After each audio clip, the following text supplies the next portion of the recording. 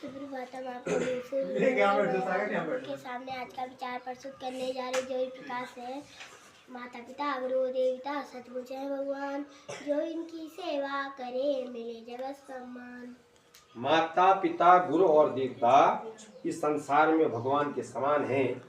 जो इनकी सेवा करता है, इनकी शुश्रूषा करता है, इनका कहना मानता है, इनका सम्मान करता है, उसको भी क्या मिलता है? जगत में सम्मान मिलता है। देश जगत में होता है, देश दुनिया में सभी जगह जो है वो क्या पाता है? ख्याति प्राप्त होता है और सभी का आदर और सम्मान उसके प्राप्त होता है। ये कहने का मतलब ये। इसलिए हमको माता पिता गुरु और देवता इन तीनों का क्या करना चाहिए? आदर करना चाहिए, सम्मान करना चाहिए, उनके प्रति श्रद्धा होनी चाहिए, है ना? श्रद्धा भक्ति समन्वितम। जब तक हम श्रद्धा नहीं करेंगे, किसी के प्रति भक्ति पूरा प्रेम नहीं करेंगे, तब तक हमको ज्ञान नहीं मिलता है, आशीर्वाद नहीं मिलता है। इसलिए माता पिता की भी भक्ति करनी है। भक्ति केवल भगवान के लिए होती है। भक्ति जो है ना हर किसी की होती है, अपने से बड़ा है, अपने से जो छोटा। भक्ति मैंने किसी की सेवा करना, सीधा अर्थ है। किसी के भक्ति मैंने किसी को भजना, किसी के नाम सुबह शाम लेना, उसका मतलब होता भक्ति। समझ में आ गया? माता पिता गुरु और देवता जो आपके गुरु हैं, उनका भी हमेशा नित्य जो है सुबह उठ करके नाम लेना चाहिए। ठीक है? अपने ये प्रातः स्मरणीय होते हैं। माता पिता गुरु और देवता क्या होते हैं? प्रातः स्मरणीय होते हैं। समझ में आ गया? उधर लिखा हुआ है, धीरे धीरे रह मना धीरज में सब होई, माली सींचे सौ गड़ा ऋतु आए फल होई। भगवान इसमें जो है कबीरदास जी ने कहा है कि क्या कहा है कि धीरे धीरे रह मना धीरज में सब होई, माली सींचे सौ गड़ा ऋतु आए फल होई। मतलब भगवान जिसको जस कहते हैं ना कि जिस समय जिसको जिस समय होना होगा वो उस समय क्या होता है? घटित होती वो घटना। उस समय क्या होगी? वो घटना घटित होगी। देखो कभी अभी क्या है ना, ये बसंत ऋतु चल रही है, धीरे धीरे कुछ दिन में ग्रीष्म ऋतु आएगी, हमको इंतजार करना पड़ेगा। उसके बाद वर्षा ऋतु आएगी, तब शरद ऋतु आएगी, तब हेमंत ऋतु आएगी, तब शिशिर ऋतु आएगी। क्रम चलता रहेगा, है ना? हम ये कहेंगे जाने में अगर ग्रीष्म ऋतु आ जाएगी, नहीं आएगी, तो उसका मतलब यही है कि कोई भी कार्य जो अपने समय पे होता है। ठीक है ना? हम ये चाहेंगे कि हमको अभी मिल जाए, सब कुछ ऐसा नहीं होगा। पेड़ पर फल कब लगते हैं? जब उसका टाइम आएगा, उसका समय आएगा। ठीक है? इसलिए हमको धैर्य धारण करना चाहिए, धीरज रखना चाहिए। किसी के प्रति हमको जो है उतावला नहीं होना चाहिए। किसी चीज के प्रति क्या नहीं होना चाहिए? उतावला नहीं होना चाहिए। बहुत सारे माता पिता क्या समझते हैं, आज हमने बच्चे को स्कूल भेज दिया और कल उसको क्या है ए से जेड तक ABCD लिखनी आ जाए और से ग्यों तक उसको लिखना आ जाए, है ना? उसको पूरी 100 तक गिनती आ जाए। ऐसा नहीं होता है। बच्चा जब स्कूल आता सीख रहा हो, आना जाना सीखेगा, पहले बोलना सीखेगा, है ना? सबसे पहले क्या है? सुनना, किसी चीज को ध्यान देना, किसी बात को सुनना, ढंग से सुनना। ठीक है? उसके बाद बोलना, उसके बाद उसको क्या आना चाहिए? बोलना आना चाहिए। उसके बाद उसको क्या आना चाहिए? पढ़ना आना चाहिए। उसके बाद क्या आना चाहिए? लिखना आना चाहिए। समझ में आ गई बात? ये पढ़ने लिखने की जो 4 प्रारंभिक क्या है? 4 प्रारंभिक क्या है? ये गतिविधियां मैं आपसे गतिविधियां कहूंगा, है ना? प्रारंभिक प्रक्रियाएं हैं ये। सबसे पहले सुनना आना चाहिए। बच्चा किसी की बात को ध्यान से सुने, आपको सुनना चाहिए पहले किसी, तभी तो आप बोल पाएंगे। कई बार बोलता हूँ जो अच्छा श्रोता होता है वो अच्छा वक्ता होता है। पहले सुन लो, फिर उसको समझो, ठीक है ना? फिर आप बोलो।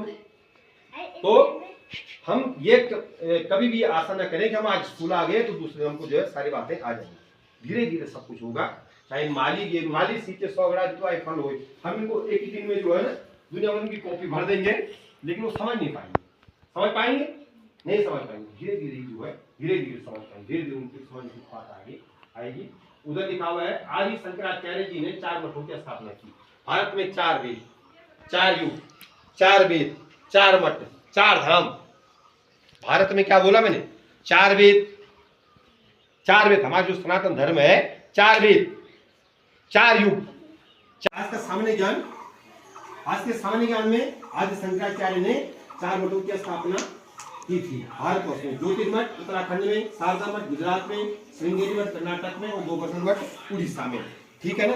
भारत में जो है जो 4 धाम है, भारत में जो है 4 युग, 4 वेद, 4 धाम, 4 मठ, 4 कुंभ, इनका जो है बहुत बड़ा महत्व है, बहुत बड़ा महत्व है। ठीक है ना? 4 वेद कौन कौन है? यजुर्वेद, सामवेद, अथर्ववेद, ऋग्वेद। समझ में आ गया? 4 कुंभ कौन कौन है? हरिद्वार हो गया, प्रयागराज हो गया, नासिक हो गया और उज्जैन हो गया। ठीक है ना? चार धाम कौन कौन है जो भारतवर्ष के हैं? उत्तराखंड में बद्रीनाथ हो गया, दक्षिण में कौन हो गए? रामेश्वरम हो गए, उधर पश्चिम में कौन हो गए? द्वारिका धाम हो गया, और पूर्व में कौन हो गए? हैं जगन्नाथपुरी। ये चार धाम हो गए, ठीक है ना। ये क्या हो गए? चार धाम हो गए। उत्तराखंड के चार धाम अलग है। और चार युग कौन कौन है?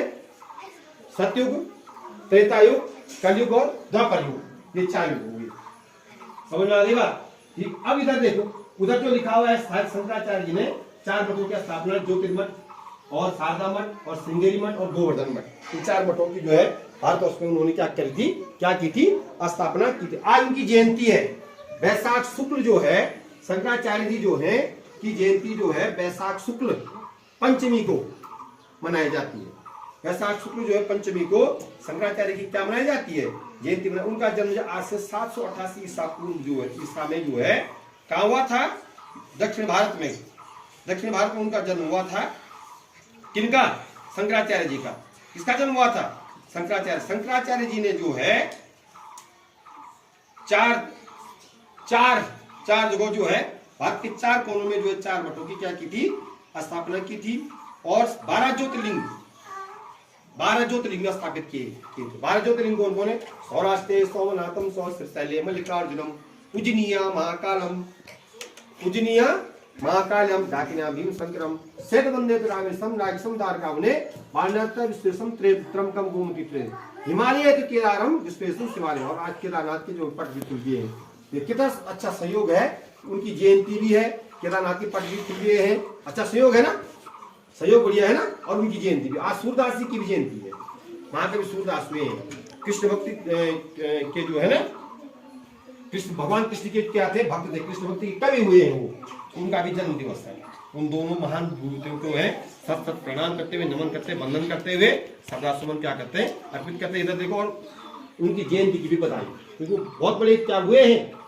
बहुत बड़े क्या हुए हैं? विद्वान हुए हैं, कवि हुए हैं, ठीक है ना, धर्माचार्य हुए हैं।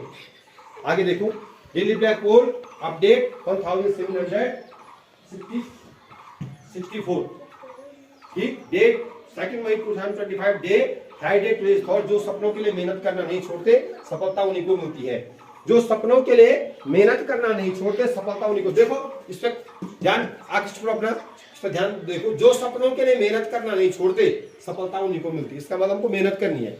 हमारे सपने तभी पूरे होंगे जब हम क्या करेंगे? मेहनत करेंगे। मुझे डीएम बनना है, उसमें पढ़ाई करनी पड़ेगी। मुझे टीचर बनना है, उसमें पढ़ाई करनी, मेहनत करनी जी तोड़ मेहनत करनी पड़ेगी, तभी जाके हम सफल हो पाएंगे। टुडेज वर्ड है रैबिट। रैबिट में होता है खरगोश, खरगोश, ठीक है। आज पुण्य तिथि यशवंत सिंह परमार स्वतंत्रता संग्राम सेनानी थे। हिमाचल प्रदेश के प्रथम मुख्यमंत्री भी रहे। 2 मई 1981 को जो है उनका निधन हुआ था। उनको भी सत नमन करते हुए सदासुमन अर्पित करते हैं। और भारत के जो प्रथम उपराष्ट्रपति थे कौन थे? डॉक्टर सर्वपल्ली राधाकृष्णन जी, ठीक है। ये भारत के प्रथम उपराष्ट्रपति रहे। द्वितीय राष्ट्रपति, प्रथम राष्ट्रपति कौन थे? डॉक्टर राजेंद्र प्रसाद। और आज की जो प्रेरणा है वो तुम्हारी तनु। आज का सूरज सागर। आज के लिए बस इतना ही मेरी ओर से। Thank you everyone.